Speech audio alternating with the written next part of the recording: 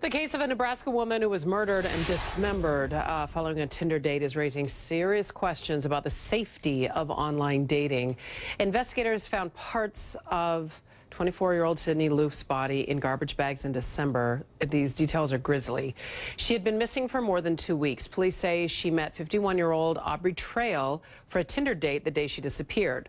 Last week, prosecutors charged Trail and his girlfriend, Bailey Boswell, with the death. Trail even called our affiliate KOLN in February, confessing to the crime. I killed Sydney Loofe and am fully responsible for her death. Sydney Loofe was not kidnapped by physical or electronic means. Trail has said he will not be pleading guilty to the murder because he says she had nothing to do with it. This case has many people asking themselves about the safety of online dating. We have a relationship investigator and celebrity matchmaker with us. Susan Trombetti is joining us with some perspective, joining me from Washington. Good to see you. First of all, pray tell, what is a relationship investigator? Well, I'm glad that you asked. So I have an investigations background and a matchmaking business. So I kind of combine the two.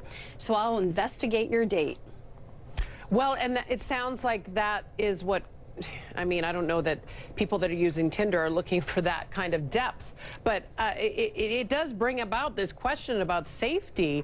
You know, this idea of Tinder is sort of the new version of the personal ads, except you swipe right, swipe left. You can do it in fast succession, but it allows this veil of anonymity, and that can be dangerous for folks.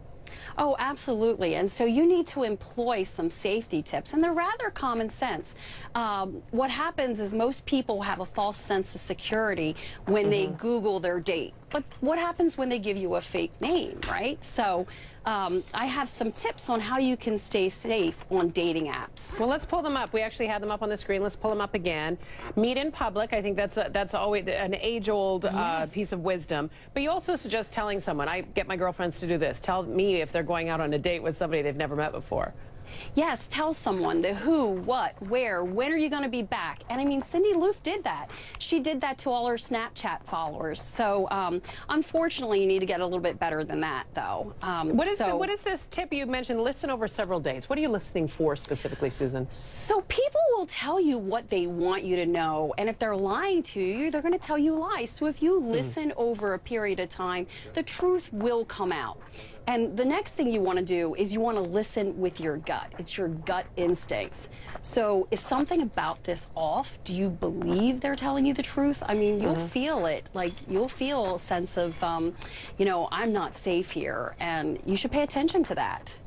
Yeah, and the idea of your last rule, don't ever get in the car. I mean, that, it seems rudimentary, but I think it's something that might get by people. Right. I mean, so many people, I mean, a lot of my clients, they'll just want to have them pick the person up, have the person pick them up at their house and give their address and get in a car. Never do that. Always make sure you're in a public place and you have your own mode of transportation to and from.